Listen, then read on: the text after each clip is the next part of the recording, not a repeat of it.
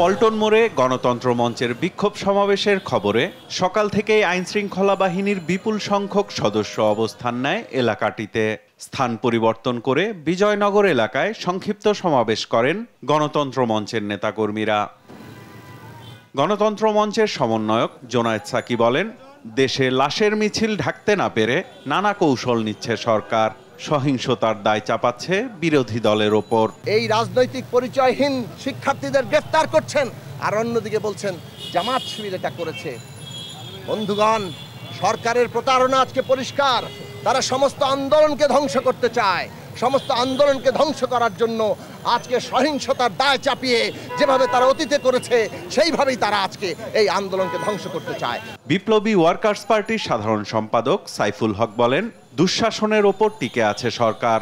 আহ্বান জানান সংকটের রাজনৈতিক সমাধানের। সারা দেশব্যাপী তারা যে অরাজকতা তৈরি করেছে এর দায় দায়িত্ব বর্তমান সরকার এবং সরকারি দলকেই বহন করতে হবে।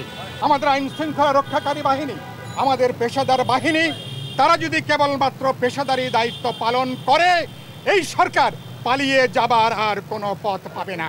এদিকে মার্চ ফর জাস্টিস কর্মসূচিতে একাত্মতা জানিয়ে আইনজীবীরা মিছিল নিয়ে হাইকোর্ট থেকে রাজপথে নামতে গেলে মাজার গেট বন্ধ করে দেয় আইন শৃঙ্খলা বাহিনী। সারা দেশে ব্যাপক ধরপাকড়ে ক্ষুব্ধ প্রতিক্রিয়া জানিয়ে সুপ্রিম কোর্ট আইনজীবী সমিতির সভাপতি বলেন, গণ আন্দোলনের কোনো বিকল্প নেই। এখন এটা হলো জনগণের আন্দোলন ছাড়া আর কোনো অপশন নেই মানুষের। এই সরকারের যেহেতু আইন শৃঙ্খলা বাহিনীর জবাবদিহিতা নাই, এই জন্য তারা র্যান্ডম হোলসেল অ্যারেস্ট করতে সবাই। পরে সংবাদ সম্মেলনে কোটা সংস্কার আন্দোলন ঘিরে নিহতের ঘটনায় অভিযুক্তদের বিচার দাবি করেন তিনি। গণহত্যা, গুলি করার নির্দেশদাতারা, মন্ত্রীরা, আইন শৃঙ্খলা বাহিনীর সদস্য জড়িত সকল ব্যক্তিদের বিচার করার জন্য ব্যবস্থা গ্রহণ করার জন্য দাবি জানাচ্ছি।